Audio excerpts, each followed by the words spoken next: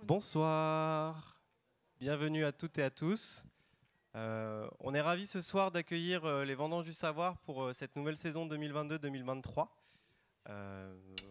Ça fait la 7e année, si je ne me trompe pas, qu'on accueille les Vendanges du Savoir, qui permettent et qui offrent de très belles conférences. Donc, on va avoir aussi une très belle conférence ce soir sur le no-tourisme. Pour notre cher public qui est présent sur Zoom, n'hésitez pas à dialoguer via la boîte de dialogue si jamais vous rencontrez le moindre souci et à poser vos questions via la rubrique questions-réponses. On y répondra avec grand plaisir.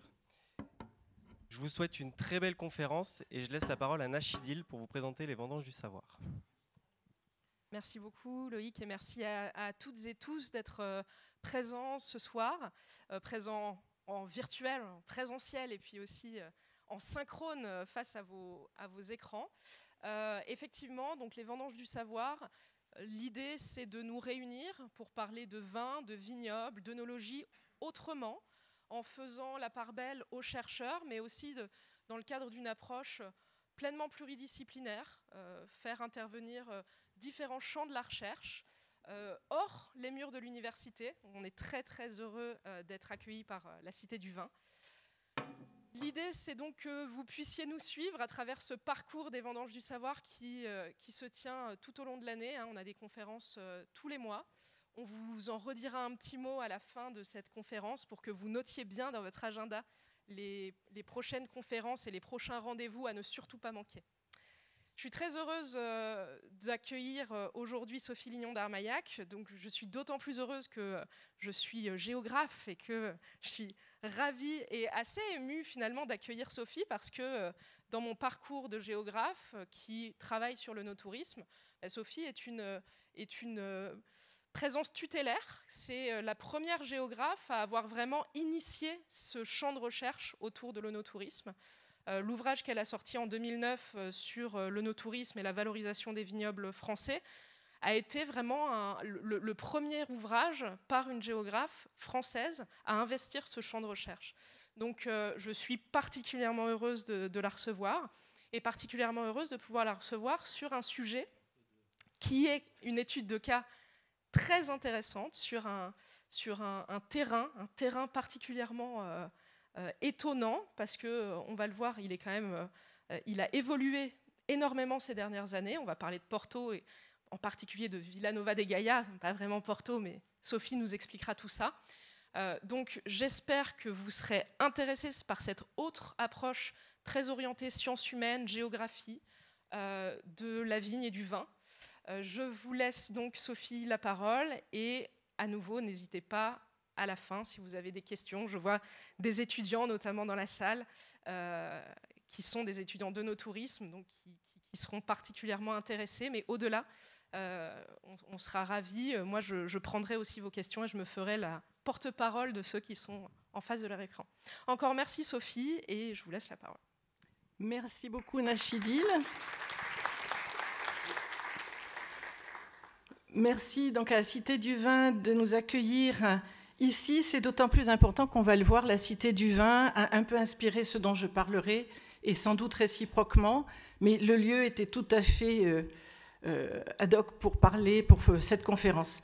Merci à l'ISVV de faire vivre ainsi la recherche, et merci particulièrement de me donner cette opportunité, de revenir dans mon université d'origine, de parler du premier terrain que j'ai eu à connaître quand j'ai fait mes études en géographie, même si c'était sur une toute autre thématique. Alors, pour venir chez vous, le temps est gris, pluvieux, question de soleil, on se demande, mais de Bordeaux, on se demanderait aussi. Sachez qu'il pleut davantage à Porto qu'à Londres. Et pourquoi parler alors de soleil de l'œnotourisme, ou alors dire que l'œnotourisme permet une destination touristique qui ne peut vivre d'héliotropisme et de plage, mais de toute autre chose. Voyez, un jour de décembre, grand soleil, il peut y faire très beau très vite, vous connaissez les marais, une ville emblématique par sa richesse culturelle, des monuments qui appartiennent pour beaucoup à l'évêché, de très nombreuses églises, ce pont Eiffel de 1877, qui est un peu l'emblème de la ville, et finalement des quais qui, en plein hiver, sont très fréquentés. Pour autant, sur cette rive, on est à Porto, un tourisme culturel, un tourisme de passage, surtout pour des Brexity, plutôt l'automne, plutôt le printemps. Alors, il va falloir que je parle. Est-ce que c'est mieux ? C'est peut-être mieux que de parler. Vous m'entendez pareillement ? Oui, ce sera plus pratique. Donc, je vais surtout parler de Vila Nova de Gaia, sur la rive gauche de Porto. Vous le voyez, ce WOW, le World of Wine.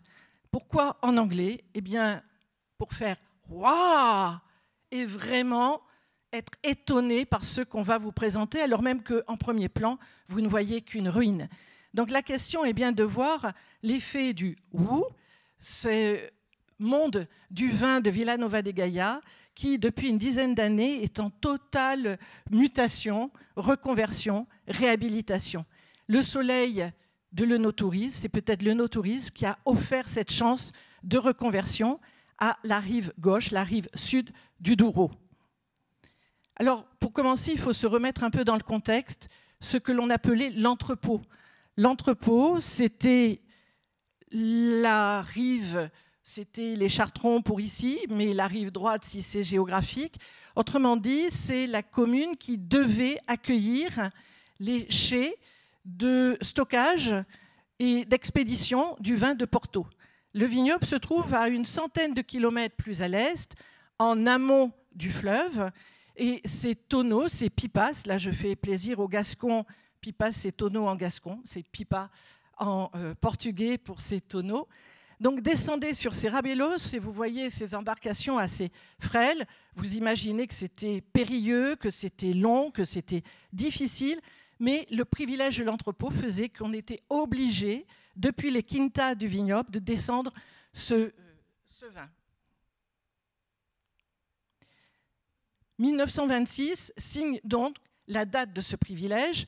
Vous voyez comment les quais en face de Porto, sur l'autre rive, ont été aménagés avec la construction de chais. Tous les quais sont une succession de chais de toutes les vieilles familles des marques que vous connaissez de Porto. Et en 1926, véritablement, c'est la date de ce privilège. Alors, je dis vous connaissez peut-être Dom Sandeman, la cape portugaise, le chapeau andalou.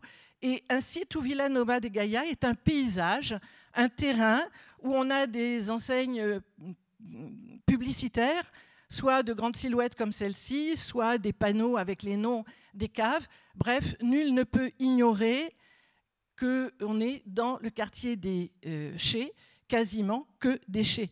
La commune elle-même est très vaste, mais c'est la partie du fleuve ici où tout se rassemble, des petites ruelles étroites où les chais donc, sont d'un accès difficile. Une fois qu'on a débarqué les pipas, eh bien encore faut-il les acheminer. Il y avait des rails, nous le verrons. Alors, ce privilège, il n'a eu qu'un temps. Ce privilège, finalement, il a tenu jusqu'au milieu du XXe siècle. Et en 1964, déjà 3 dates, 1964, 78, 1986. D'abord, une première entorse à la règle. On autorise l'abandon de ces embarcations qui remontaient tirées par des bœufs, enfin quelque chose de très compliqué, en permettant l'usage des camions. Donc on peut descendre les les pipas jusqu'à Vila Nova de Gaia. Ensuite, on permet que le vin soit stocké à l'entrée du vignoble. Vila Real, Pinhao, qui sont les portes du vignoble. Et finalement, la date clé, c'est 1986, où l'on peut stocker le vin là où on le souhaite dans Vila Nova de Gaia, c'est-à-dire sur le plateau plutôt que dans la ville ancienne, voire même dans les quintas. Bref, une ouverture sur cette législation. Et donc, conséquence, vous l'imaginez, si on n'est plus obligé de stocker à Vila Nova de Gaia, eh bien on va plutôt choisir des chais qui sont beaucoup plus accessibles. Et ces chais vont être, en partie du moins, abandonnés ou d'autres seront construits. Et nous allons trouver sur, ici, la carte de Vila Nova de Gaia, l'obligation d'un plan de réhabilitation qui est porté par la municipalité. Et la petite flèche que je vous montre là-haut à droite vous montre que dans cette même période, entre 1957 et 1963, on a construit un nouveau pont, qui n'est plus le pont Eiffel que vous avez vu précédemment, mais le pont d'Arrábida, qui est un pont autoroutier qui désenclave, là encore, et Porto et Vilanova de Gaia, et qui met bien l'accent sur l'idée qu'a la municipalité, c'est-à-dire désengorger ce cœur urbain absolument inaccessible à travers ces ruelles. Donc le paysage, c'est celui dès 1986, mais surtout des années qui suivent. Ces photos sont récentes, c'est dire qu'une bonne part de la ville est encore ce paysage de friches urbaines. Donc vous voyez absolument des friches qui, au mieux, vous avez des écriteaux à vendre. Donc vous imaginez que le prix de l'immobilier a complètement chuté, a d'autant plus chuté après en 2008-2010 que le Portugal a connu une très forte crise économique. Donc ça veut dire si ça se vend pour une bouchée de pain, peut-être que ça pourrait en intéresser certains pour réinvestir et reconvertir. C'est également l'occasion à quelques artistes de street art bien de donner un peu de couleur à cette ville à l'abandon. C'est 2017, c'est-à-dire que c'est en continu depuis la fin du XXe siècle. D'autres artistes plus connus, cet artiste portugais, Arthur Bordalo, qui utilise, or on est tout à fait dans l'optique actuelle de respect de l'environnement, il utilise tous les déchets urbains pour former ainsi, sculpter des animaux géants. Il y a un castor un peu similaire à Paris. Ici, c'est le Wolf Rabbit. Le rabbit, le lapin, ça vous rappelle peut-être celui de Smith Lafitte, ça vous rappelle peut-être celui de la Napa Valley. C'est souvent l'animal qu'on privilégie pour montrer l'animal fétiche des vignes qui court au milieu des rangs de vignes. Donc on reste dans la thématique. Vous voyez que ça attire beaucoup de monde, mais on est en 2017, donc je vais devoir voir ce qui s'est passé pour en arriver là à une fréquentation de la ville. Mais première idée, c'est l'idée d'une réhabilitation. Il y a des déchets qui sont en grande partie disponibles et qui ont une situation extraordinaire, parce que vous le savez très bien à Bordeaux, lorsque l'on voit Bordeaux, on est peut-être aussi bien sur l'autre rive de la Garonne qu'à Bordeaux. La vue est celle sur la façade des quais. Déchets sont abandonnés, les plus petits. Parfois, on se déleste de quelques chais pour une même maison. On n'abandonne évidemment pas tout, mais on en abandonne quelques-uns. Et parallèlement, d'autres vont être construits beaucoup plus larges.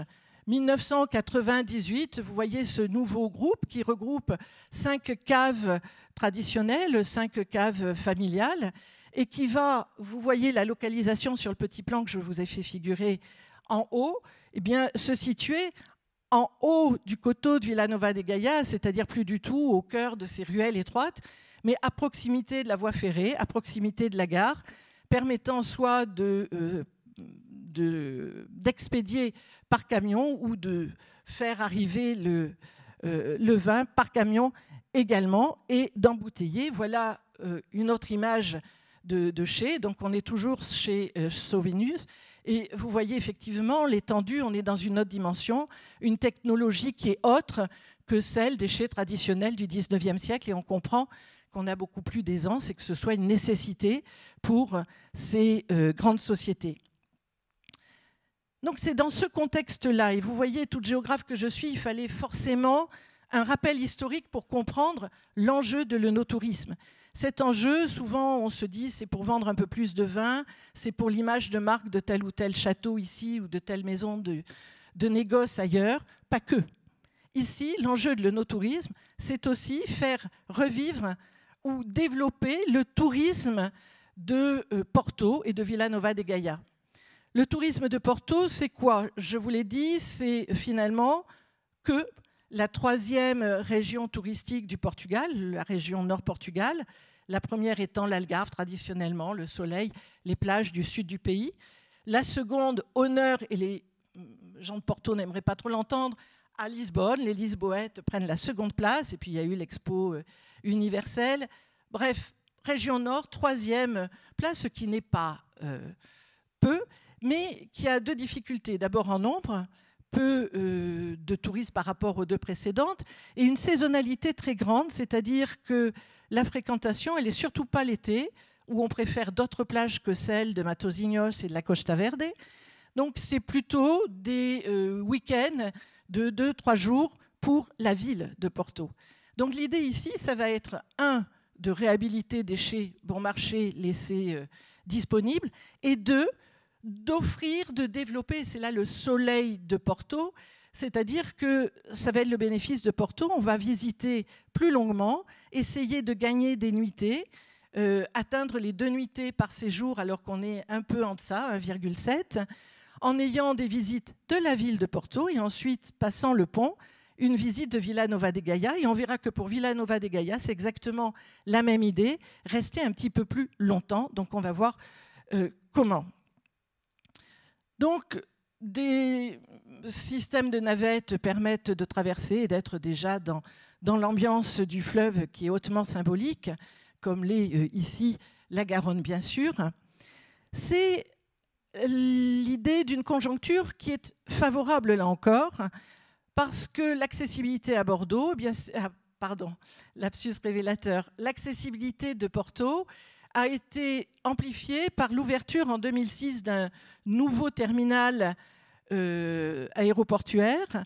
Donc vous le voyez à travers cette statistique, plus de 100% du trafic passager en l'espace de 5 ans à peine, une dizaine de millions de passagers, quelques bateaux de croisière, mais qui jouent un rôle beaucoup moins important que ceux de Porto, mais qui accostent à Leixões, qui est le port de l'estuaire. Autrement dit, une ville qui voit son accessibilité s'accroître, également grâce à des compagnies telles que Ryanair, qui a dans un premier temps fait très peur aux maisons viticoles en disant « oh là là, c'est des gens qui n'ont pas du tout les moyens, qui voyagent à très peu de frais, ils ne dépenseront rien chez nous ». Eh bien, à l'inverse, en fait, ils voyagent avec Ryanair parce que c'est beaucoup de vols et on n'a pas toujours le choix. Et finalement, ce sont des vols peu coûteux. Donc, ils arrivent jusqu'à Vila Nova de Gaia et consomment quand même, vont loger dans des hôtels que l'on va voir, qui sont des hôtels de luxe et pas du tout bas de gamme. Dans ce contexte, à la fois de la législation viticole, à la fois dans la volonté de développer le tourisme, eh bien, l'association des caves, l'association des entreprises du vin de Porto, qui regroupe environ une quinzaine de caves qui, ensemble, représentent environ 80-90% des ventes de vin de Porto, ont décidé de s'associer pour défendre leurs intérêts, pour céder à une politique commune de valorisation à la fois dans un domaine vinicole, viticole, mais également en développant un tourisme qui les mette en valeur, qui permette de mieux communiquer et de défense de leurs intérêts. Donc ici, on est entre une action jumelée entre, d'une part, cette association et puis la municipalité qui va réaménager à travers un plan urbain son territoire, en commençant dès 2000 par ce qu'on a appelé la promenade des marques. C'est finalement le quai qui fait face à celui que vous avez vu au soleil tout à l'heure au mois de décembre, avec les bannières de chacune des maisons de Porto. Donc on vous signale d'emblée où vous êtes et ce qu'il y a à voir. Alignement des Rabellios également, qui reste ici à quai avec quelques barriques pour bien signaler ce qu'était leur usage, mais qui bien évidemment ne remontent plus du tout le fleuve. Seuls des bateaux de croisière offrent une alternative no touristique en vous permettant à la journée ou pour plus longtemps de remonter jusqu'à la frontière espagnole, puisque le vignoble commence à 100 km de Porto et atteint la frontière espagnole. Alors, nous sommes à Bordeaux et vous montrez que vous êtes mariés, si je puis dire, à travers les capitales des grands vignobles, Bordeaux, Porto. Donc, on a là une stimulation très, très grande. Porto a adhéré dès le début aux grandes capitales du vin et est reconnu à travers des prix régulièrement, comme c'est le cas ici, bien évidemment. Ce qui est affiché, ce qui, là aussi, ne fait que renforcer l'image d'excellence de ces maisons familiales. Aidé, vous le voyez, à partir de 2003, par une mise en valeur, par un petit historique, par des horaires. Vous savez que les labels, c'est avant tout ça, c'est une régularité. Se dire que si je viens visiter, je suis sûre que la cave sera ouverte. J'en connais par avance les conditions, qu'importe qu'elle ferme à 17h, le tout c'est de le savoir et de ne pas tomber sur porte close.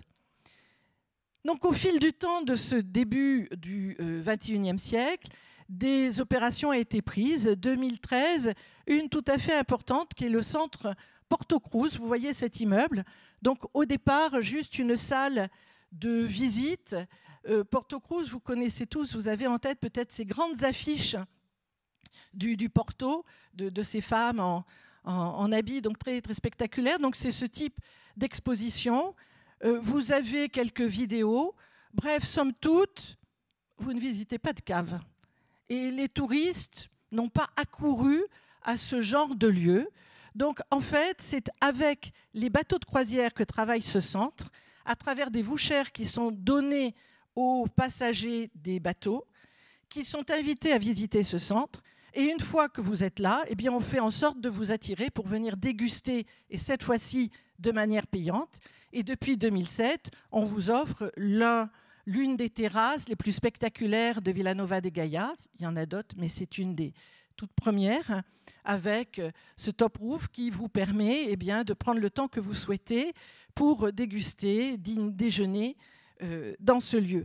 Donc vous voyez les quais, des bâtiments qui sont réaménagés, finalement des quais qui sont aménagés avec une multitude de possibilités de restauration, et en particulier on retrouve Sandeman, on est juste devant la maison Sandeman ici sur cette place. 2011, c'est le téléphérique que vous voyez sur cette photo, donc tout petit, c'est juste presque anecdotique, c'est histoire de voir la ville d'en haut, là encore de créer une animation. Vous venez avec vos enfants, c'est offrir à chacun le loisir adapté à son âge, à sa curiosité, à peine 500 mètres de long, 12 cabines, pas grand-chose. Mais finalement, là encore, quelque chose qui marque et qui fera qu'on se souviendra peut-être du lieu. Depuis ce petit monastère qui a une forme tout à fait particulière, qui rappelle qu'on est dans une ville très riche culturellement et qui arrive à l'autre bout des quais. Donc finalement, une offre à travers l'association des entreprises du vin de Porto, une offre tout à fait traditionnelle de visite de cave. Alors, visite de cave, la toute première, qui est choisie d'être une visite payante, c'est Croft.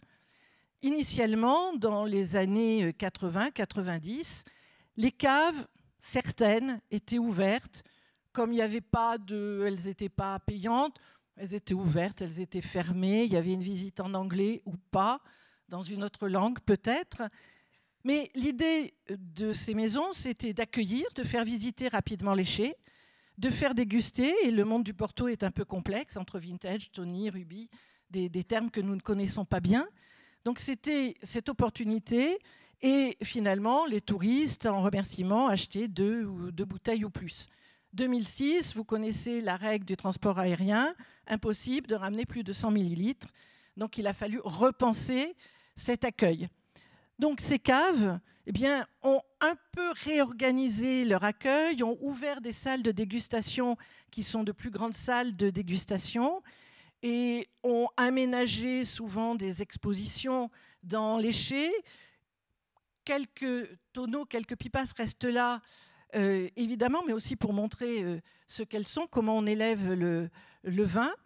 Et finalement, on a des salles de dégustation. Donc, une des remarquables, c'est Grams, qui est sur la hauteur et qui a non seulement une dégustation très complexe selon les catégories, le nombre de vins, vous avez des droits d'entrée différents, des billets à des prix différents, et vous voyez comment on commande. Vous avez un restaurant, et puis vous avez d'autres qui sont spécifiquement, qui, en dehors de la cave elle-même, ont aménagé dans un des anciens chais Eh bien, tout simplement, un bar, restaurant, ce qui compte, c'est la vue. Et on va revoir cela, c'est vrai, partout. Ce qui est important pour Vilanova de Gaia, c'est certes, le ciel est gris, mais la vue est extraordinaire sur la rive de Porto qui se donne à voir.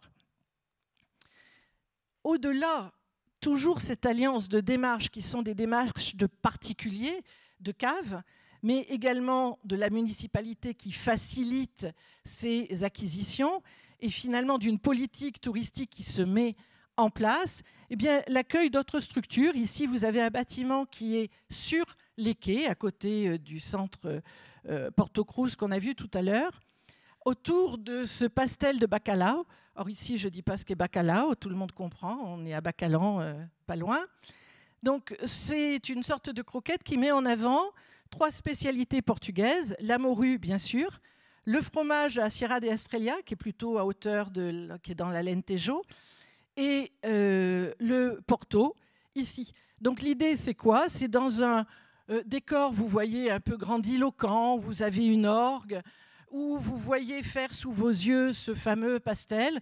On vous sert ce pastel avec, comme vous savez, ces tablettes de cocktail où vous pouvez à la fois avoir ce que vous mangez et puis une encoche pour mettre le verre. Et vous allez ressortir de là en dégustant votre verre de Porto en même temps que vous dégustez ce pastel de bacalao. Autrement dit, essayez de capter toutes les dimensions de l'onotourisme et ce que l'on nomme de plus en plus, parce que c'est la réalité, l'œnogastronomie, c'est-à-dire faire appel non seulement à ce qu'on boit, mais bien souligner ces alliances mets et vins et la valorisation de l'ensemble des produits, qu'ils soient des produits de l'intérieur des terres, des produits de la mer, que ce soit des produits alimentaires ou des boissons. Alors, excusez-moi, je commence par ça et je reviendrai après. Donc, je vous ai dit tout à l'heure qu'on avait une association d'entreprises du vin de Porto. Je vous ai dit, c'est 80%, 90% selon les années, restent d'autres caves. L'une d'entre elles, la principale, c'est Taylor's, qui est associée depuis longtemps à Fonseca, vous le voyez, depuis 1948, et qui est dirigée par un certain Adrian Bridge, un Britannique, un investisseur, un banquier, qui a travaillé chez Taylor's à partir du milieu des années 90 et qui est devenu le directeur général, le président de la société à partir de 2000. Et dès 2001, il a racheté d'autres caves historiques. Vous voyez entre parenthèses les dates de fondation de ces entreprises et ensuite les dates d'achat, pour former le groupe qu'il dirige aujourd'hui, donc le Felgate Partnership, qui est la grande institution qui, en regroupant autour de la cave Taylor's, qui est elle-même très très bien située et qui a une vue magnifique, elle aussi sur la façade de Porto, va avoir une politique touristique. Cet investisseur, qui a 20 ans d'expérience, qui avait investi dans d'autres domaines auparavant, a tout de suite compris, plus que d'autres, qu'il y avait quelque chose à faire d'une autre dimension, qui ne soit pas individuel simplement au niveau de sa propre cave, mais dans la ville tout entière. Que si on voulait que les touristes qui jusque-là visitaient en moyenne 2 caves et encore n'achetaient plus de vin puisqu'on ne pouvait pas le ramener en avion, eh bien qu'il fallait peut-être créer d'autres loisirs, d'autres raisons de rester à Vilanova de Gaia. Et si on veut rester un peu plus, il faut évidemment pouvoir séjourner et donc dormir à Vilanova de Gaia. Et c'est donc eux qui, en 2010, ont, en 1 an et demi, décidé de construire cet hôtel qui est un relais château, un hôtel 5 étoiles. Donc vous voyez qu'on est très très loin de Ryanair, qui s'est inspiré de vous tous bordelais en intégrant un spa de vinothérapie sur le modèle des Cathars. Et puis surtout, vous voyez le site, c'était initialement un espace végétal, une espèce de friche, mais qui n'était pas construite, ou qui avait juste un ou 2 petits bâtiments, mais c'était un espace vert. Donc ils ont vu l'opportunité de s'installer au cœur du quartier des Chais, en aménageant les socalcos, les terrasses comme il existe dans le Douro, dans le vignoble, donc des terrasses pour aménager les jardins de l'hôtel. Créer cette piscine tout à fait iconique par sa forme. Et on est à l'époque d'Instagram, on est dans l'époque de toutes les photos que nous faisons quand nous voyageons. Donc l'idée était de dire que, nul doute, la publicité se ferait toute seule, que chacun résidant là ferait sa photo, propagerait l'idée que ce site est absolument fantastique et qu'il serait bon de le connaître. Donc vous voyez la situation, vous voyez donc sur les hauteurs. Donc toutes les fenêtres vont ouvrir sur cette vue magnifique et vous êtes invités, c'est ce que je vous ai mis là, une dégustation Porto avec, vous savez, on déguste plutôt des fruits secs et de la pâte de fruits. Des dégustations qui sont tout à fait celles du cru et des modalités de consommation de Porto avec la vue sur ce paysage fantastique. Alors, ce n'est pas aller de soi parce que je vous ai dit qu'il y a eu une crise 2008-2010 et puis que très vite, on va arriver après le Covid. Mais Adrian Bridge a véritablement misé sur cette dynamique touristique pour Vila Nova de Gaia et finalement pour le Felgate Partnership, son groupe viticole, en développant tout autant les vins des caves qui en sont membres que cette dimension touristique en lui donnant une autre mesure, en constatant que Porto n'avait pas de grand hôtel et qu'il était bon de donner un hôtel qui soit comme ça une référence, un hôtel de marque. Sur son modèle, ça s'est un peu essoufflé avec la crise du Covid, mais dernièrement, 2 autres 5 étoiles ont ouvert dans la partie aval un peu de Vila Nova de Gaia, dans ce quartier également. Je n'insiste pas, je vous le resitue sur la carte, mais l'idée, c'est bien de faire désormais une ville de résidence. Il n'y avait pas à Porto de tels hôtels. On peut désormais résider à Porto et pas à Vila Nova de Gaia et pas obligatoirement à Porto. Alors, j'en viens à ce qui va être l'essentiel ici. C'est toujours Adrian Bridge qui, au-delà de cet hôtel, s'il veut faire séjourner ses clients, il faut occuper ses clients. Je vous ai dit, 2 visites de cave, c'est assez rapide. Peut-être une journée pour remonter vers le Douro, une journée de croisière, oui. Une journée peut-être dans Porto ou une demi-journée pour voir la cathédrale, les églises recouvertes d'azulejos, peut-être. Mais beaucoup plus que cela, il a cherché et réfléchi à ce qui pouvait être construit. Alors l'idée, et c'est en ce sens que je vous parlais de la Cité du Vin, il a bien évidemment imaginé une cité du vin, un monument iconique qui marque l'effet Bilbao, qui marque sa ville et qui soit un grand centre tel que vous connaissez cette cité. Et puis très vite, il s'est aperçu que c'était peut-être pas ça l'idée, et aidé et orienté par la municipalité, là encore, qui ne voulait pas entendre un changement de municipalité, a fait que la politique urbaine a quelque peu évolué. Pas de monument qui défigure ce quartier tellement symbolique et tellement historique, mais le maintien du paysage urbain à travers ces chais, aussi serrés soient-ils le long des ruelles, mais finalement la réhabilitation à d'autres usages, non plus des chais de stockage, de vieillissement et d'expédition, mais des chais qui vont devenir, alors vous savez qu'on ne dit plus, c'est barbare de dire musée, tout le monde est centre d'interprétation, cité, donc ce ne sont pas des musées, et de fait ce ne sont pas des musées, mais le mot est difficile à trouver, des espaces de loisirs, des espaces touristiques qui vont former ce quartier culturel, ce fameux monde du vin, ce fameux « wou », c'est vous qui direz si on fait « wa » ou pas, une fois que je vous l'aurai un peu présenté. Donc des tableaux, vous voyez, j'ai fait exprès la photo dans la ville pour vous montrer que c'est sur des murs. Tout vous y conduit. Quand vous vous promenez dans Vila Nova de Gaia, vous avez des panneaux qui vous flèchent le wou et vous avez ces plans pour être sûr de ne pas vous perdre. Alors, c'est incroyable ce qui s'est produit. Et là, on peut aborder ce sujet pour parler de vin, on peut aborder ce sujet pour parler de tourisme, on pourrait être ingénieur du bâtiment et ce serait un sujet phénoménal. Vous voyez ici quelques photos que j'ai reprises d'une exposition du WU qui vous montre les différentes étapes. Il y a toute une exposition qui vous montre l'historique. Ça a été un projet quand même qui a été mené très rapidement avec l'injonction de maintenir l'apparence déchets. Donc il a fallu, vous voyez, surélever les bâtiments, creuser pour gagner de l'espace et des salles plus profondes et reconstituer tout cela. Donc un immense, retrouver les couvertures d'origine. Donc vous voyez un immense chantier. Alors vous n'oubliez pas que le Yetman a ouvert ses portes en 2010, à l'été 2010. C'était peut-être un spectacle pour les touristes du jamais vu, grandeur nature. Il y avait la piscine, le spa, quelques dégustations et ce spectacle.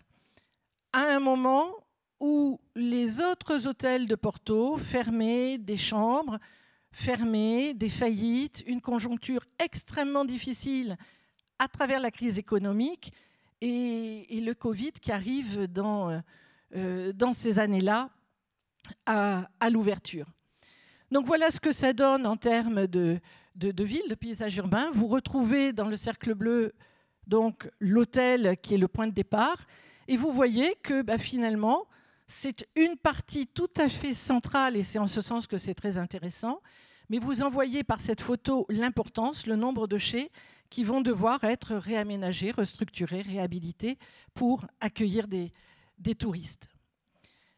Finalement, en un temps record, contre vents et marées, contre bien des hésitations, les bâtiments ont une allure, vous voyez, si on ne sait pas, bien vous ne pouvez pas me dire, sauf peut-être à la couleur de la toiture un tout petit peu plus récente que d'autres, si on a des bottasses ou si on a un autre usage, le paysage est sauvegardé avec simplement 3 places, dont une principale qui est un vrai mirador et qui sont la possibilité de l'entrée, qui sont les portes d'entrée de ce grand centre.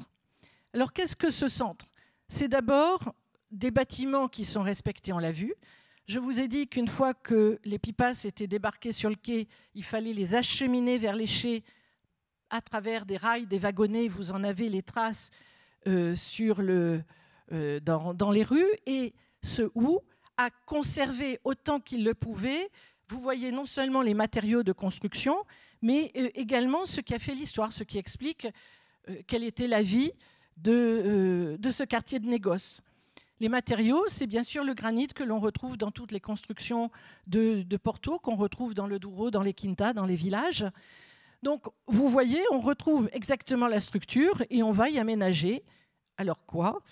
Des espaces de loisirs, des restaurants, des expositions temporaires de grands artistes internationaux. Pourquoi des expositions temporaires? C'est toujours l'idée de faire vivre les musée pour revenir et ne pas dire « je coche, j'ai déjà fait », mais qu'on soit incité à revenir. Donc le WU ouvre ses portes, la date est quand même tout à fait symbolique, 31 juillet 2020, en plein Covid. Donc le Yetman, il y avait eu la crise économique, le WU, c'est le Covid qui s'annonce. Malgré tout, déjà 6 musées, 6 espaces culturels vont être ouverts. D'autres vont venir, puisque aujourd'hui on en a 7. Donc ça a été 5, 6, 7 progressivement. Donc vous voyez à quoi cela ressemble. Donc on est dans ce respect de l'architecture. Alors quel est l'usage des chais que l'on a vu reconstruits? Eh bien vous voyez que c'est un monde éclaté. Ce n'est pas un centre comme nous sommes ici à la Cité du Vin, mais plusieurs. Donc ça induit tout un cheminement à travers la ville. Ça permet d'avoir plusieurs points de vue dans la ville à travers ces différents musées que je vais reciter plus précisément ici. Donc voilà leur liste. Alors que constatez-vous? Tout d'abord qu'il n'y en a que 2 qui parlent de vin. Le premier quand même, expérience vin. Donc vous voyez, ce n'est pas une cité, ce n'est pas un centre d'interprétation. On mise d'emblée sur un tourisme expérientiel. On va faire vivre cette connaissance du vin. N'oubliez pas que au Portugal comme chez nous, même si les Portugais résistent mieux que les Français et beaucoup mieux que les Espagnols, mais leur consommation de vin diminue. Donc ce ne sont pas que des connaisseurs de vin que l'on cherche à attirer, loin s'en faut, mais des gens qui soient des touristes, alors œnotouristes, parce qu'on est dans une ville du vin. Mais avant tout, c'est des gens qu'on cherche à distraire, à occuper, à instruire un peu, à amuser beaucoup. Donc, expérience vin, et puis la dernière expérience du palais rose, autour du rosé, vous le verrez tout à l'heure. Ensuite, qu'est-ce qu'on a choisi d'associer ? Eh bien, l'image de ce qui va, l'alliance avec le vin, alors le liège, premier pays producteur de liège, les bouchons bien évidemment, mais bien au-delà de cela, on verra tout ce qu'on peut faire avec du liège, y compris des vêtements. Deuxième, le chocolat. Vous savez combien on peut faire des jeux d'alliance mets et vins avec du chocolat, d'autant plus quand on est portugais. Un, parce que le Porto s'allie très bien avec du chocolat, et deux, parce que les Portugais ont introduit le chocolat en Afrique à travers Sao Tomé, l'île Chocolat, Sao Tomé et Principe, ces petites îles. Donc il y a une histoire là aussi, il y a un fil conducteur avec le chocolat. Plus largement, eh bien, cette crise a été violente, une industrie textile en crise, et finalement, les Portugais s'en sont fort bien sortis face à la concurrence chinoise, entre autres, en optant pour un textile de qualité. Et l'industrie textile est toujours très représentative de l'industrie du nord du Portugal, donc l'industrie du textile et de la mode. Ensuite, il faut mettre tout ça dans son contexte. Comme j'ai commencé par de l'histoire, eh bien, il faut comprendre ce qu'est ce nord du Portugal, et donc un musée historique, ce pont qui est fait à travers les âges, et qui est là aussi absolument phénoménal. Vous allez de pièce en pièce, vous montez sur un rabelos, vous empruntez un wagon de ces petits trams, vous êtes vraiment dans l'ambiance, vous revivez des moments héroïques, historiques du Portugal. Et dernier centre, eh bien, c'est la collection privée, à tout bien tout honneur, d'Adrian Bridge, qui expose sa collection privée, entre autres de verroterie. Et c'est tout à fait intéressant. On est là encore dans la note du vin, donc des premiers verres, des premières carafes, etc. Donc, vous voyez une diversité énorme. Donc, quand vous voulez visiter le ou vous prenez un billet pour 2 expériences, ou vous prenez un billet pour 3 expériences, ou pour 5 expériences.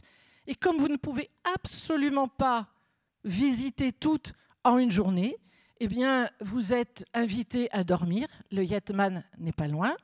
Et vous passez bien au moins 2 journées. Et peut-être plus si vous voulez quand même visiter une cave. Pour visiter une cave, eh bien, c'est Taylor's qui est complètement à proximité du Wu et qui a un cheminement commun. Et de plus en plus, c'est la tendance de cette dernière année, je crois, mais il y a très peu de recul, hein, ça fait jamais que 2 ans d'existence, où pour ne pas rester à côté, malgré tout, des autres caves qui se visitent de façon plus traditionnelle, les visiteurs sont appelés à visiter Taylor's à travers Séché, où là aussi, il y a une visite comme elle se ferait ailleurs, dans des caves qui n'appartiennent pas à ce groupe. Alors, si vous passez la journée à visiter, il faut bien que vous déjeuniez. Donc, on a associé des restaurants, pas moins d'une douzaine, avec absolument, là encore, toute la gamme, pour tous les goûts, pour toutes les bourses, les familles ou des gens sans enfants. Donc, vous avez des bars. Vous avez tout à fait en haut à gauche la reconstitution d'une place avec, vous voyez, le pavage de petits granits blancs et noirs, comme dans la ville. Donc, vous revoyez exactement, on dirait un décor de cinéma, carton, mais enfin qui vous redonne l'image de l'architecture traditionnelle de la ville de Porto. Vous pouvez déguster en intérieur, mais avoir l'illusion d'être sur une place en plein air de Porto. Comme il pleut, vous voyez, le soleil est bien là. Vous avez des restaurants végétariens, vous avez des restaurants de haute gastronomie, vous avez des snacks, vous avez à l'accueil, à la billetterie, plutôt un bar avec le pastel des natas, c'est-à-dire le cannelé local, le gâteau emblématique de la ville. Autrement dit, vous voyez que vous avez absolument, là encore, un panel qui fait que même si vous revenez finir vos visites le lendemain, vous avez encore des choses à voir. Toutes les boutiques qui prolongent les espaces muséaux et tous ces restaurants sont accessibles sans billet d'entrée. Donc c'est là aussi une autre opportunité de visite pour vous donner un petit peu le goût du lieu et vous inciter finalement à franchir le pas d'un billet qui reste peut-être un peu cher. 80% des visiteurs sont étrangers. Les Portugais n'ont peut-être pas tout à fait les finances pour venir en famille, régulièrement du moins, dans cet espace. Mais ce n'est pas la clientèle véritablement ciblée. Alors, il me reste un tout petit peu de temps pour faire un parcours avec vous dans ces différents espaces. Donc le premier, vous voyez ce que voulait en faire Adrian Bridge, une ville de loisirs. Une ville de loisirs, donc vous voyez l'accueil. Vous noterez au passage que le texte est en anglais et en portugais, très peu de texte. On est dans l'expérientiel, donc vous allez toucher un peu à tout, vous allez écouter, vous allez goûter, mais très peu de choses à lire, bien que vous puissiez prendre ce qui n'est pas un compagnon de visite, mais qui y ressemblerait fort et qui pourrait vous traduire la visite en français, en allemand ou dans d'autres langues de votre choix. Donc, premier à être ouvert, je vous ai dit 31 juillet, c'est l'espace lui-même et chacun des espaces qui se visitent à partir du 1er août 2020, à commencer par l'expérience vin. Donc, quand je vous dis le côté spectaculaire, même réflexion qu'à la Cité du Vin, pas question de mettre à l'honneur uniquement et trop fortement les vins de Porto, mais bien les vins du monde. On a une dimension totalement internationale, d'où ce globe de plus de 3 mètres de diamètre. Et tout autour, l'expérience, ce sont ces tableaux que vous voyez avec un quiz en quelque sorte. Vous soulevez et vous devez deviner quel est le vignoble que vous êtes en train de visiter au fin fond de l'Autriche, de Tokaj, d'Afrique du Sud ou d'ailleurs, c'est-à-dire au-delà des 3 grands, France, Italie et Portugal, des 4 et Espagne. Donc un parcours qui se veut spectaculaire. Vous avez, je n'ai pas pu mettre trop de photos, même dimension, un énorme grain de raisin, tout doré. Autrement dit, ça doit c'est toujours l'effet « waouh ». Donc vous étonnez, ce n'est pas un parcours d'érudition, c'est un parcours d'étonnement et quelque chose qui peut être très beau et une incitation à voir autre chose. Alors vous voyez, si vous suivez le parcours de l'expérience vin, toute une succession de salles qui traditionnellement passent du vignoble, quels sont les différents terroirs, quels sont les différents paysages, l'économie, les procédés de vinification. Bref, une succession de salles qui se finit par une salle de vidéo, de projection avec les petits vignobles portugais qu'on connaît moins, classés à l'UNESCO comme le Douro Pico par exemple, ces petites îles de l'Atlantique. Et puis, comme dans le Wou lui-même, là encore, de nouveau, vous visitez des villages. Alors, ce n'est pas des villages, vous avez une maison qui représente chacune un des vignobles du Portugal.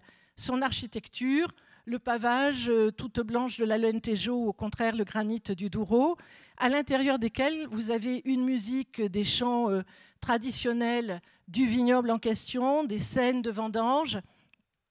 Autrement dit, vous entrez complètement dans cette dimension, cette fois-ci, portugaise. On n'est plus dans la dimension internationale du départ. Rapidement, les autres espaces. Alors, pour le Liège, la planète Liège, là encore, le côté un peu fantastique, c'est ce chêne-liège, grandeur nature, tant et si bien que sa cime apparaît à l'étage de la salle où nous sommes ici sur la photo. Et même chose, on va suivre différentes salles pour comprendre comment sont produits ces arbres, comment on en retire le liège et l'usage qui en est fait. Le chocolat, c'est tout à fait intéressant là encore, parce que si on vous fait entrer véritablement dans une exploitation, voir quelles sont ces fèves, les cabosses de chocolat, les fèves, tout le procédé de la fabrication, pour faire vivre l'expérience jusqu'au bout, au-delà de goûter sur le parcours une des fèves de cacao que vous décortiquez, telle une amande, on a ici une petite entreprise de cacao, usine de cacao, et vous pouvez faire votre tablette, vous allez faire vos dosages plus ou moins sucrés, y mettre un parfum, et à la fin du circuit, vous pourrez goûter le chocolat que vous aurez fait. Donc tout est véritablement sous l'angle de l'amusement culturel. Certes, vous apprenez beaucoup de choses, mais vous n'oubliez pas de jouer, de vous distraire. Vous êtes avant tout touriste. Alors, je ne les passe pas tous, mais je finis par le dernier qui a ouvert récemment à ce dernier été. Donc, je vous laisse ouvrir la porte de ce palais rose. Welcome. C'est quoi? Eh bien, vous savez qu'il n'y a pas de tradition. Vous connaissez le Porto rouge, le Porto blanc. Vous connaissez le Matthäus rosé qui, depuis 1942, a cette forme de bouteille emblématique, la bouteille toute ronde. À la limite, on l'a pour avoir cette bouteille qui était un rosé local, légèrement pétillant. En dehors de cela, aucun rosé. Ici, ce que l'on essaie de mettre en avant, c'est ce qu'évoque le rosé. Alors le rosé, ça évoque quoi? Ça évoque, pour, entre autres, des Portugais, un pays où on n'a pas cette grande tradition, la Provence. La Provence, la Côte d'Azur. La Côte d'Azur, un argent fou. Vous voyez les voitures que vous conduisez dans ce cadre-là. Le rosé, c'est la Provence. C'est ce qu'on n'a pas à Porto. C'est ce que je vous disais tout à l'heure, l'héliotropisme, l'attirance des plages, du fun, du loisir, tout ce que vous voulez qui ira autour de cet été où on s'amuse. On oublie complètement les vins. Alors, de temps en temps, vous avez des panneaux qui vous rappellent quelques noms, qui vous montrent quelques bouteilles, mais plutôt un champagne rosé. Pas le champagne en tant que tel et pas le rosé en tant que tel, mais le champagne rosé, ça va avec la fête. Et vous circulez avec quand même une dégustation, 5 étapes, et à chacune d'elles, vous dégustez un verre de vin rosé. Vous finissez d'une façon un peu plus traditionnelle à un comptoir tout à fait banal pour le coup. Mais vous êtes passé entre-temps, et j'ai raté ma photo n'osant pas trop la prendre, sur des vignes rosées. Vous comprenez que ce monsieur est en train de photographier sa copine, ou je ne sais, qui a plongé dans ses balles Ikea et qui est là pour s'amuser dans ses balles rosées. Donc vous voyez qu'on est complètement dans le jeu, on est complètement très très loin du vin et de sa qualité œnologique, mais on est là pour mettre une note un peu fun à un paysage qui pourrait être un peu gris. Vous avez vu la première diapo, le temps, le granit. Alors, il y a le street art, mais il faut quand même mettre de la couleur à votre parcours et là aussi inviter, y compris les enfants. Alors, en conclusion, il y aurait beaucoup de choses à dire encore. Vous voyez que le Porto sous le soleil de l'œnotourisme, c'est plus que jamais une réalité. Un plan est en cours 2020-2025 mené par la municipalité et cette alliance au niveau de l'agglomération tout entière Porto, Villanova de Gaia, de développer sous toutes ses formes le tourisme.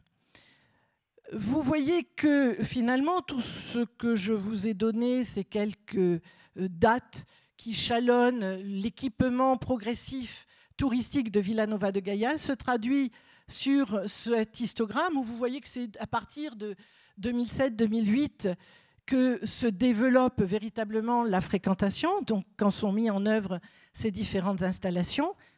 Il faut savoir que 2007, c'est la date à partir de laquelle les ventes de vins de Porto ont chuté très progressivement jusqu'en 2013-2014, moins 20% de ventes. Ceci s'expliquant par un marché français qui achète moins de vin de Porto, consomme beaucoup moins de vin de Porto.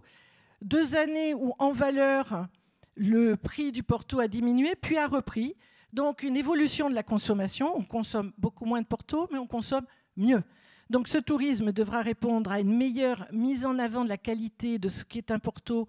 Et donc, toutes ces offres gastronomiques haut de gamme de dégustation avec vue et des explications qui sachent bien ce que vous consommez et une invitation peut-être à aller dans le Douro. Mais vendant moins de vin, on a là encore, et ce n'est plus la raison initiale, mais c'est parce qu'on vend moins de vin, donc on a moins besoin d'espace pour mettre les pipasses, donc on a toujours plus d'espace pour construire et ouvrir une animation supplémentaire, un chai supplémentaire. Les principaux visiteurs, vous le voyez, fondamentalement, les limitrophes français et espagnols viennent ensuite. Alors, Alors peut-être par là-bas. Il reste une pile que je n'ai plus. Voilà.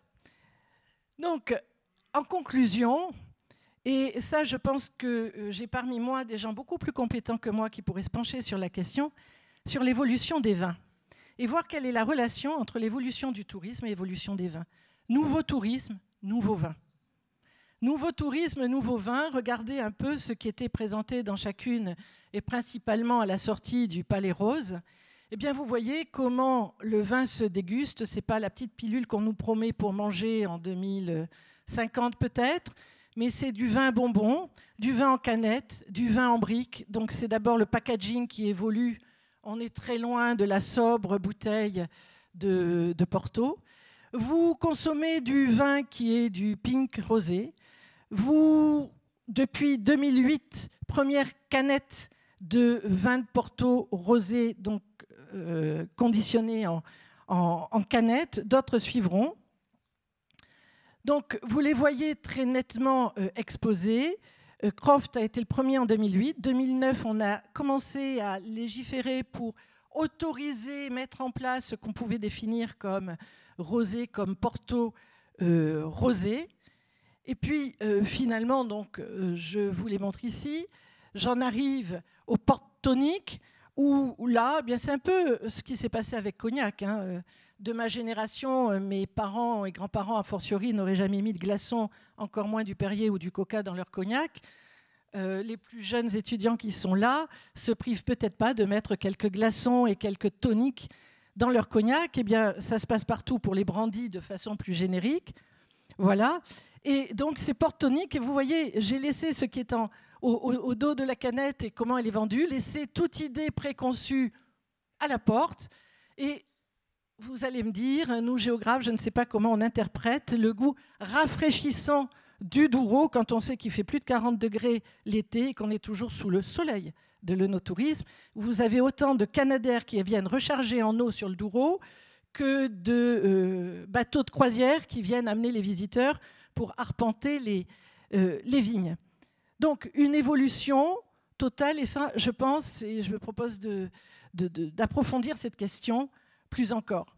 Alors, c'est peut-être découvrir le Douro rafraîchissant, ce qu'il est.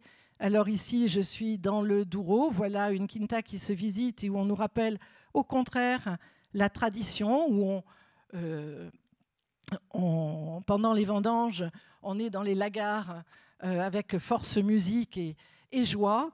Mais finalement, j'espère vous avoir invité à visiter Porto ou plus sagement à méditer dans le Douro. Merci beaucoup.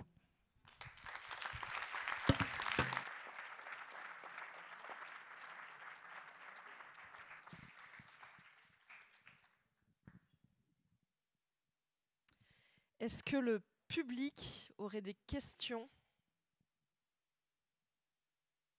Bonsoir, merci beaucoup pour cette conférence. En tant que responsable de la Cité du Vin, il m'intéresserait de savoir ce que le WOW a drainé comme visiteurs en nombre. Je parle des visiteurs payants, ceux qui payent. Avez-vous une idée ? Pas trop, et que ça a été 2 années de visite. Creuse, vous savez que toutes les statistiques, on les donne pour 2019. Il n'était pas ouvert. 2020, il y a 80% de visiteurs à Porto, un peu plus de 80% en moins. Donc, les caves, c'est... l'ensemble des caves, c'est 1 300 000 visiteurs, c'est de cette nature.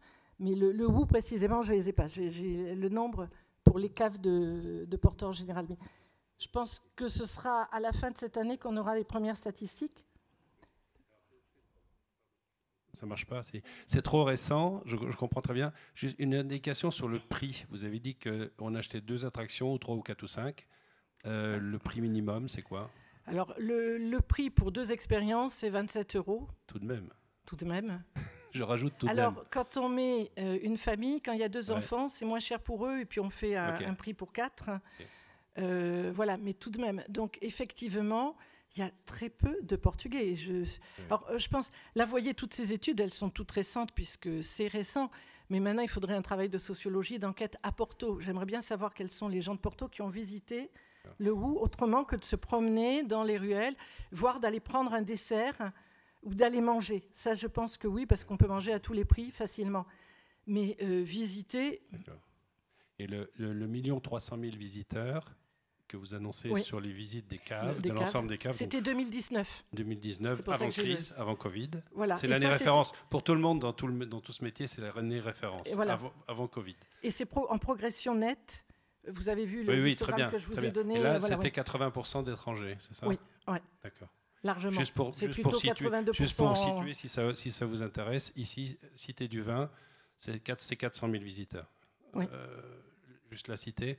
Quand on a ouvert il y a 5 ans, c'était sur les bases de 300 000. Le Covid, on a fermé la plupart. C'était une catastrophe. On est tombé à 150 000. Et on est revenu cette année, on va probablement autour de 400 000. Ça donne un peu des idées. Oui. Non, ce qui est fantastique, c'est que malgré le nombre de visiteurs a chuté forcément, mais le Yetman est resté ouvert toute l'année, alors que beaucoup d'hôtels à Porto ferment en juillet-août. C'est la période où ils font des travaux, l'entretien, etc. Mais il y a une fréquentation très, très faible l'été. Là, l'idée, c'est aussi d'avoir une fréquentation estivale et de maintenir ouvert toute l'année. Et autre chose on continue à créer des choses. Autre chose qui paraît très interpellant, qui a dû être une dynamique forte, c'est que le Porto, ça fonctionne un tout petit peu comme le champagne, en ce sens que ce sont des marques. Oui.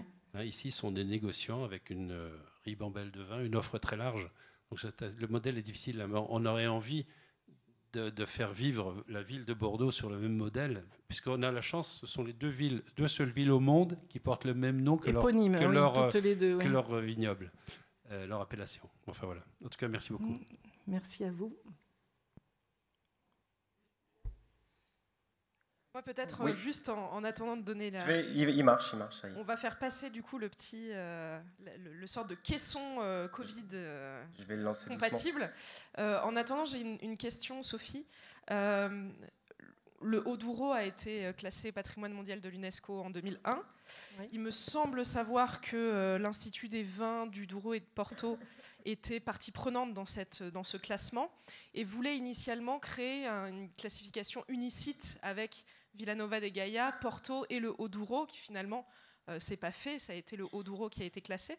Est-ce que le fait de justement préserver le paysage de Villanova de Gaia, est-ce que derrière il y a aussi une volonté à un moment donné de repostuler, d'être classé patrimoine mondial de l'UNESCO à nouveau ou pas du tout?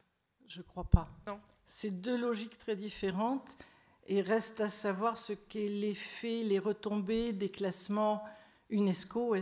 Quelles sont leurs retombées économiques? C'est assez faible. Hein. Des retombées environnementales, c'est certain. Une image, donc en termes de communication, etc. Oui. Économique, c'est très faible. Et ici, vous avez tous bien compris qu'on est quand même dans des enjeux économiques de premier ordre. C'est surtout ça. Et c'est vraiment la municipalité qui a insisté sur le fait, qui a mis ce plan d'urbanisme qui a finalement fixé ces normes pour maintenir ce paysage urbain tel quel. Et donc, le Felguet s'y est adapté. Merci. Alors, ça marche pas. Oui, ça marche si je me mets là.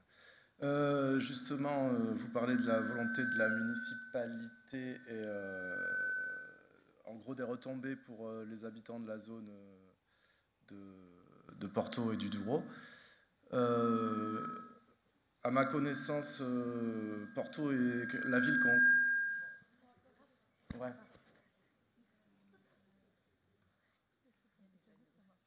Porto est la ville qu'on cite souvent en exemple pour les dynamiques de crise du logement et de gentrification.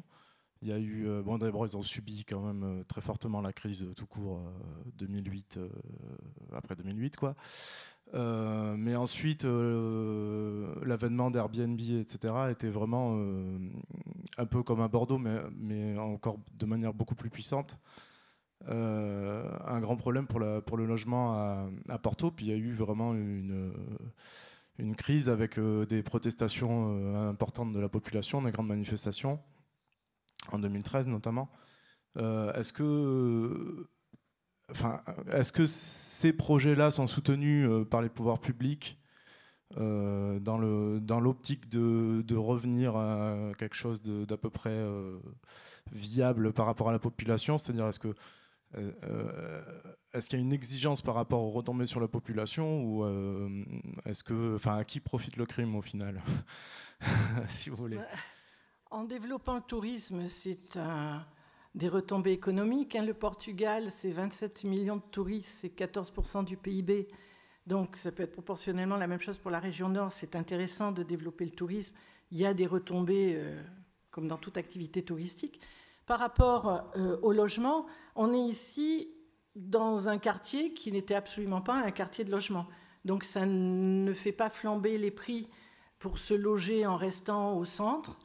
Le personnel, alors je ne sais pas le nombre de visiteurs, mais le nombre d'employés du WOO, c'est 350 personnes environ et qui sont logés dans... Il y a beaucoup de Capverdiens parmi les employés du WOO.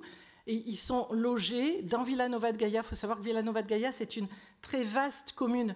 Là, on voit juste le cœur, celui que nous, touristes, connaissons, mais c'est 3 fois rien par rapport à l'étendue de la ville. Donc, il y a des projets, effectivement, de construction d'immeubles sociaux, des résidences, de reconversion, de réhabilitation de certaines maisons.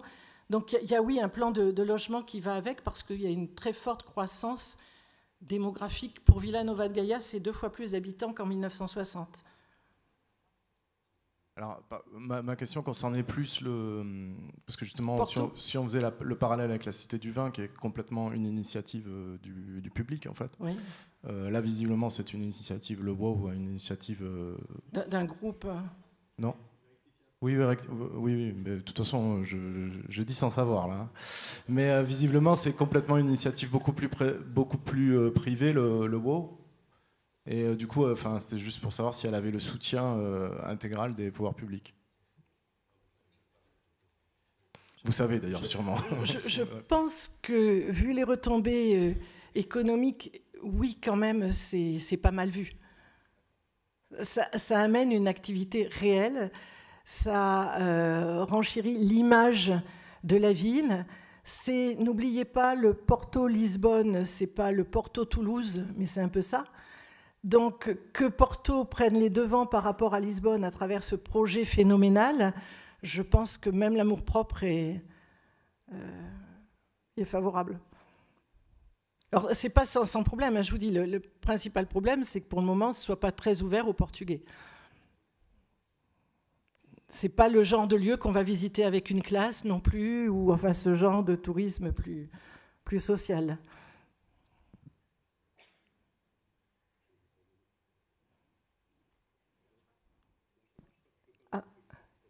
Ah, ça n'est que d'ici alors. Si vous appuyez en dessous, là, vous ne pouvez pas l'allumer? Je n'y ai pas touché, donc il devrait marcher.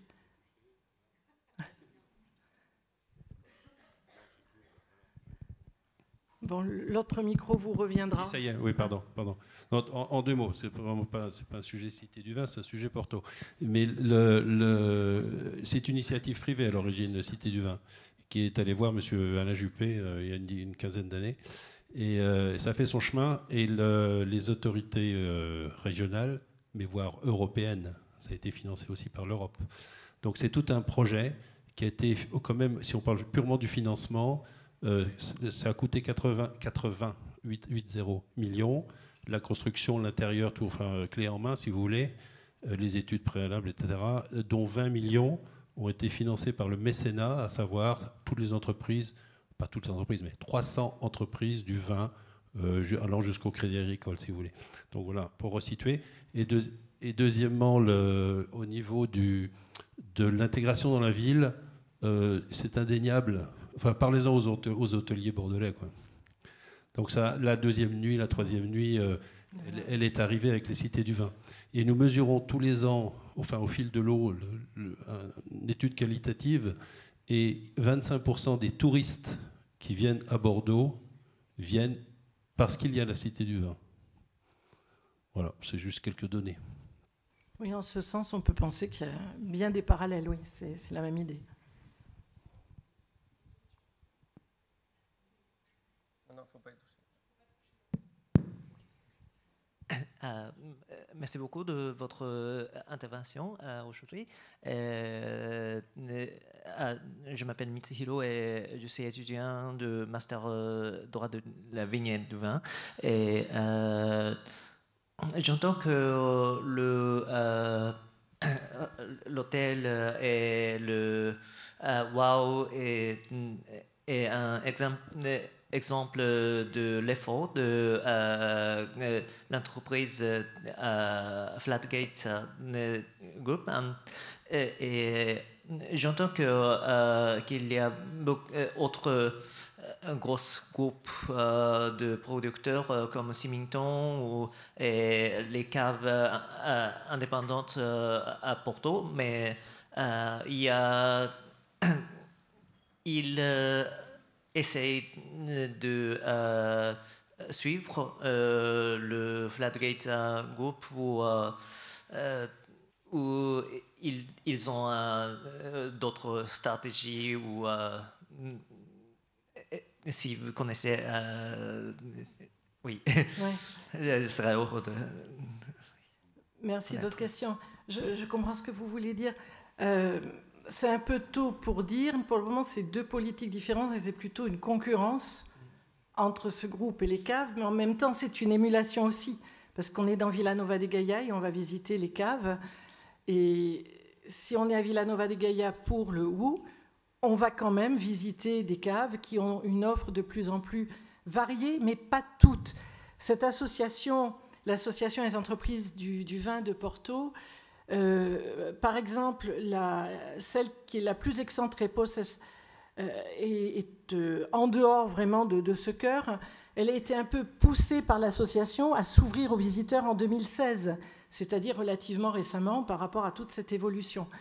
Donc certaines caves ont encore une certaine réticence à faire du tourisme parce qu'elles jugent qu'elles ne sont pas équipées pour. Enfin, vous avez connu tous ces arguments à Bordeaux pour un certain nombre de châteaux. C'est un investissement et si on vend tout son vin, à quoi bon? Voilà, donc il y a encore une certaine résistance des caves et en tous les cas, il n'y a aucune alliance d'ordre touristique et d'offres couplées avec ces caves. C'est le touriste qui fait l'alliance, c'est-à-dire que certaines d'entre elles ont des spectacles, par exemple, de musique, de fado, le soir. Donc, on va aller visiter la cave pour la cave, on va aller à un spectacle de fado, et on est là, effectivement, comme on disait pour Bordeaux, parce qu'il y a le WOO, et c'est la même clientèle qui va faire tout cela. Donc, il y a certains intérêts communs, mais il n'y a pas une action commune. Et pour le moment, j'ai essayé d'initier une enquête, mais je ne suis pas arrivée à mes fins, et c'est trop récent, mais j'ai vraiment l'impression qu'il se tourne plutôt le dos. D'accord, merci beaucoup. Est-ce qu'il y a d'autres questions? Honnêtement, moi j'en ai une. Je reprends. J'ai plus eu l'impression de l'inverse, que c'était le WOO qui essayait de récupérer les caves. Avec l'usage qui est fait de Tyler, j'ai été vraiment très étonnée parce que j'ai été reçue donc par le WOO et on m'a tout de suite amené voir Tyler. C'était pas du tout ce que je voulais voir, mais c'était l'air de dire, voyez, on est quand même une cave et on visite exactement comme les autres. Et ce qui était à spécificité, on me sentait venir quand j'ai écrit Disneylandisation, oui, c'est pas le regard qu'ils avaient envie que je retienne. Donc voilà, le Palais Roche, j'ai visité tout ça. Enfin, ils m'ont laissé libre accès à tout ça, mais voilà. Par contre, ils me disaient bien que Taylor, et ils ont réaménagé complètement leur chai pour des visites. Enfin, dans des tonneaux, vous avez des télévisions qui vous recréent des scènes de vendange, vous avez des affichages, vous avez une petite salle d'exposition. Donc, on sent qu'ils ont envie de dire, oui, nous aussi, on est des caves. Voilà, c'est plutôt dans le sens que dans le sens inverse. Excuse-moi, Nachidi. Non, j'aimerais bien rebondir justement là-dessus parce que j'ai l'impression qu'il y a quelque chose de frappant quand même dans cette nouvelle dynamique œnotouristique. Je sais, Sophie, que tu as beaucoup travaillé aussi sur les vignobles du Nouveau Monde, notamment le modèle californien, avec ses winescapes, avec l'intégration désormais d'art dans les vignes, dans les vignobles. Tu nous montres là qu'à l'échelle de Villanova de Gaia et de ce quartier qui est revalorisé. Il y a aussi cette stratégie, en tout cas, alors est-ce que c'est une stratégie municipale, est-ce que c'est une stratégie collective? En tout cas, il y a des street artistes qui viennent, qui réinvestissent ces espaces, donc du coup, qui créent une sorte de nouveau aussi paysage urbain. Tu viens de parler de Disneylandisation. C'est vrai qu'à la fin de ta présentation, quand on voyait toutes ces bulles roses et qu'on voyait toutes ces canettes, on se demande à quel point, justement, on n'est pas en train d'hériter d'un modèle qui nous viendrait d'outre-Atlantique, voire du modèle un peu californien. Est-ce que c'est le cas? Est-ce qu'on est en train de prendre les choses qui marchent d'un point de vue économique de cette autre partie de la planète et de ce nouveau monde du vin? Si oui, est-ce que c'est une stratégie qui est payante d'un point de vue quantitatif et qualitatif? Puisque s'ils ne t'ont pas emmené directement dans cet endroit-là, c'est peut-être qu'ils se disent, selon le public, c'est pas très pertinent, et du coup, c'est une image qui n'est pas l'image qu'on a envie de valoriser. Donc, quid un peu de cette authenticité perdue? Est-ce que en intégrant ce nouveau modèle du nouveau monde viticole, on n'est pas un peu en train de perdre l'essence de ce qui a fait aussi la réputation des vins de Porto et au-delà? Enfin, voilà. Est-ce que tu peux revenir un peu sur cette collision des deux modèles? Oui, merci Nachidil. En fait, je crois qu'on n'a plus rien à envier au nouveau monde, qu'on a atteint tout à fait la qualité de leur offre, la diversité de leur offre, et que l'on conserve toujours l'histoire en plus. Donc je pense que l'offre européenne, et je dis bien européenne parce qu'elle va jusqu'en Europe de l'Est, est très riche, très variée et fait une place de choix à l'art. Je pense tout simplement que dans les années 90, début des années 2000, on parlait avec le rapport du Brûle, les premiers écrits qu'on a produits les uns et les autres, de ce mariage de raison. Ce mariage de raison, on l'a largement dépassé. Il a eu lieu et je crois que simplement le no-tourisme se fait dépasser par le tourisme et que la question, c'est plus du tout de savoir si c'est authentique, si c'est du Porto, si je le bois comme ça ou comme ça. Je vais m'amuser, c'est du loisir, c'est une activité touristique à part entière. Donc j'ai l'impression que ce qui était à l'origine le Hainaut, où on visitait le chai, ce que je vous ai dit, on visitait le chai gentiment, on dégustait un vin, on achetait un vin. Et on se posait la question au début des premières études, est-ce que c'est de la vente directe? Est-ce que c'est du tourisme? Est-ce que c'est de l'œnotourisme? Ça, on n'en parle plus. Maintenant, on paie, et c'est certainement une très bonne chose que de payer parce qu'il y a un vrai personnel, des investissements, etc. C'est une offre en tant que telle. Mais c'est la partie tourisme qui dépasse. Donc on peut toujours, selon le touriste que l'on est ou le no-touriste que l'on est, on privilégiera soit... voilà, c'est chaud, touristique, soit il reste toujours des caves beaucoup plus confidentielles où on sera reçu d'une façon plus en famille, en petit nombre, par le bouche à oreille, et on ira déguster à la barrique le vin qui nous va bien. Merci beaucoup. Est-ce qu'il reste peut-être une question dans la salle? Non?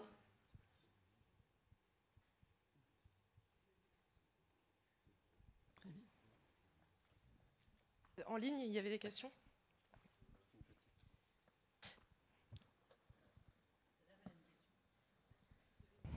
Alors, en attendant la question, dans la salle, il y a une question en ligne. Est-ce que pour les étudiants, il y a des réductions ou des tarifs préférentiels? Je crois que c'est une question extrêmement orientée qu'on vient d'avoir. Alors, je ne crois pas. Mais pour les étudiants, s'ils y vont vite, parce que ça va changer, il y a une très bonne adresse. 102 mètres que je vous ai montré, première ligne là, il n'y a pas mieux. Ils ont ouvert un hôtel qui est dortoir et hôtel. Donc il peut être un hôtel très chic à 120, 150 € la chambre, ce qui est un prix correct, qui n'est pas excessif. Mais ce dortoir n'a rien à voir avec vos auberges jeunesse. C'est des dortoirs de 7 lits, très jolis, c'est dans de vrais matelas de 5 étoiles, etc. Une très grande salle. Voilà, et tout ça pour un prix qui est de moins de 30 €, largement, je ne sais plus. Il a déjà augmenté, parce que je l'ai vu à 17, je crois que malheureusement, il est déjà... C'est pour ça que je vous dis de faire vite. Mais c'est une auberge jeunesse en quelque sorte et un hôtel en même temps. Vous avez une grande salle de petit déjeuner avec une table où on petit déjeune tous ensemble. Quand vous êtes dans la chambre, vous avez commandé votre petit déjeuner. Quand vous êtes dans le dortoir, vous avez un petit déjeuner très correct, jus de fruits et plein de choses, des gâteaux maison et autres, mais un peu plus modeste. C'est très très sympathique. Donc ceux qui peuvent y aller dans l'année qui vient, après je ne sais pas si ça durera, mais c'est une adresse, j'en ai vu nulle part ailleurs aussi belle pour des étudiants. Merci. Et du coup, une question. Alors, du coup, pour remettre le vin au centre de nos discussions, je m'interroge sur... donc, vous avez parlé de l'augmentation de la fréquentation, du nombre de visiteurs. Et est-ce que vous avez en parallèle l'augmentation des ventes de vin aux particuliers? Est-ce que... Non, je n'ai pas eu ces statistiques. Parce qu'on a le sentiment que, pour moi, hein, en tout cas, avant de vous entendre là, l'objectif de l'onotourisme, c'est de faire connaître, mais aussi de vendre du vin. Mais c'est plus ça maintenant. Oui, c'est de moins en moins. Je vous entends. Sauf que vous allez l'acheter ailleurs, c'est-à-dire que vous direz, tiens, j'ai vu, vous allez apprendre à goûter le Porto, vous en buvez plus. C'est pareil, quand je vous dis que c'était mes parents et grands-parents qui en avaient tous une bouteille dans l'armoire, c'est pas sûr que vous, les plus jeunes, vous ayez toujours une bouteille. Sauf que là, vous reviendrez avec un très bon Porto. Vous allez apprendre, et c'est dans ce cas-là cher, hein, moi j'en ai que je garde pour les années de mes enfants, le faisant vieillir, parce que c'est des prix tout à fait élevés. Voilà, donc c'est une autre consommation, c'est une image, mais c'est plus les 2 bouteilles que vous achetez sur place, parce que vous ne pouvez plus les ramener, alors un peu au duty-free avant de reprendre votre avion, mais... sans plus. Le Portugal, c'est comme le Médoc, c'est un bout du monde. Donc en voiture, on n'y va pas tant que ça. D'où le fait justement de faire payer, j'imagine, Sophie, les dégustations, parce qu'on a une transformation du coup, du modèle. C'est pour ça que c'est une autre offre. Et dans les dégustations, alors là, sur d'autres sujets, j'ai fait des analyses de prix, y compris pour Saint-Émilion, ça va de 7-8 euros à 500 euros. Parce que vous mettez un hélicoptère, vous faites une journée, vous êtes... œnologue d'un jour, enfin, il y a toutes les propositions possibles qui sont des propositions d'activité, de loisirs. Alors, soit vous... Et puis, si on en reste, j'avais fait ça aussi pour Opus One, voilà, il y a juste un vin, plusieurs vins, dans la salle à manger familiale, pas dans la salle à manger familiale, seul, en groupe. Maintenant, les prix, ils sont totalement marketés en fonction de l'offre d'accueil. Et quand vous visez le haut de gamme, ça ne veut pas dire que ce soit le plus connaisseur. Hein, c'est peut-être le plus fanfaron. Merci beaucoup. Je pense qu'on peut applaudir Sophie Lignon d'Armaillac. Merci.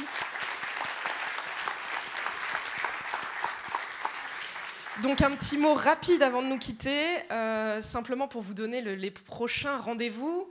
N'hésitez pas à revenir à la Cité du Vin pour notre prochain rendez-vous qui sera La Vigne et l'eau, quel stress.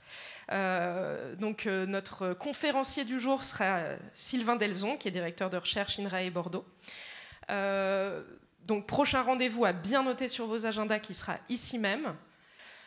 Et on a des rendez-vous qui auront lieu en janvier. Janvier, Cité du Vin fermée. Quelle tristesse. Eh bien, malgré tout, on est là pour vous redonner le sourire. Vous pourrez nous suivre, les Vendanges du Savoir, en ligne. On aura donc en janvier un cycle de conférences autour de l'impact du réchauffement climatique sur la vigne et le vin. Et donc ce sera un cycle de conférences pluridisciplinaire qui permettra de répondre à cette grande question d'actualité sur l'impact du réchauffement climatique sur la vigne et le vin à travers différents prismes, différents chercheurs, différentes disciplines qui vont pouvoir répondre à vos interrogations, à vos questions. Donc présentiel pour le mois prochain et puis dès janvier, les vendanges en ligne. Merci beaucoup, encore merci à Sophie et merci à la Cité du Vin.